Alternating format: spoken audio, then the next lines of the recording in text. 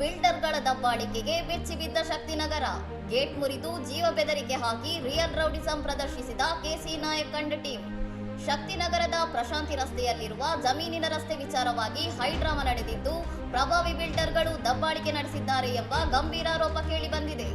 ಮಂಗಳೂರಿನ ಶಕ್ತಿನಗರದ ಪ್ರಶಾಂತಿ ರಸ್ತೆಯಲ್ಲಿರುವ ಜಮೀನಿನ ರಸ್ತೆ ಸಂಪರ್ಕಕ್ಕೆ ಸಂಬಂಧಿಸಿದಂತೆ ಅತಿಕ್ರಮಣ ನಡೆಸಿ ಉಸ್ತುವಾರಿ ನೋಡಿಕೊಳ್ಳುತ್ತಿದ್ದ ಸುರೇಶ್ ಶೆಟ್ಟಿ ಎಂಬವರಿಗೆ ಮಹಾಬಲೇಶ್ವರ ಬಿಲ್ಡರ್ಸ್ ಹಾಗೂ ಶಕ್ತಿ ರೆಸಿಡೆನ್ಸಿ ಶಾಲೆಯ ಮಾಲೀಕರಾದ ಕೆಸಿ ನಾಯಕ್, ಅವರ ಮಗ ಸಂದೀಪ್ ನಾಯಕ್ ಮತ್ತು ಸಹಚರರು ದಬ್ಬಾಳಿಕೆ ನಡೆಸಿರುವ ಘಟನೆ ನಡೆದಿದೆ. ಲಕ್ಷಾಂತರ ರೂಪಾಯಿ ಮೌಲ್ಯದ ಜಮೀನಿಗೆ ಲಕ್ಷ್ಮಣ ರೇಖೆಯಂತಿದ್ದ ಗೇಟ್ನ ಬೀಗವನ್ನು ಮುರಿದು ಅತಿಕ್ರಮ ಪ್ರವೇಶ ಮಾಡುವ ಮೂಲಕ ಕಾನೂನನ್ನೇ ಕೈಗೆತ್ತಿಕೊಂಡಿದ್ದಾರೆ ಎನ್ನಲಾಗಿದೆ.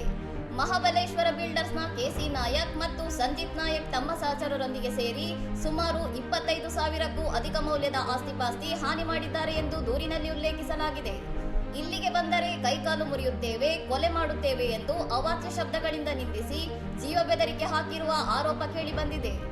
ಇದರೊಂದಿಗೆ ಮಹಾಬಲೇಶ್ವರ ಬಿಲ್ಡರ್ಸ್ ಇದರ ಮಾಲೀಕರಾದ ಕೆಸಿ ನಾಯಕ್ ಮತ್ತು ಸಂದೀಪ್ ನಾಯಕ್ ಅವರು ಸರ್ಕಾರಿ ಜಾಗವನ್ನು ಕಬಳಿಸುತ್ತಿರುವ ಬಗ್ಗೆಯೂ ದೂರುಗಳು ಕೇಳಿಬರುತ್ತಿದ್ದು, ಈ ಕುರಿತಾದ ವಿಚಾರವಾಗಿ ಹೆಚ್ಚಿನ ತನಿಖೆಗೆ ಆಗ್ರಹಿಸಲಾಗಿದೆ. ಇನ್ನಷ್ಟು ಸುದ್ದಿಗಳಿಗಾಗಿ ನೋಡ್ತಾ ಇರಿ ಸೌರಂ ಟಿವಿ.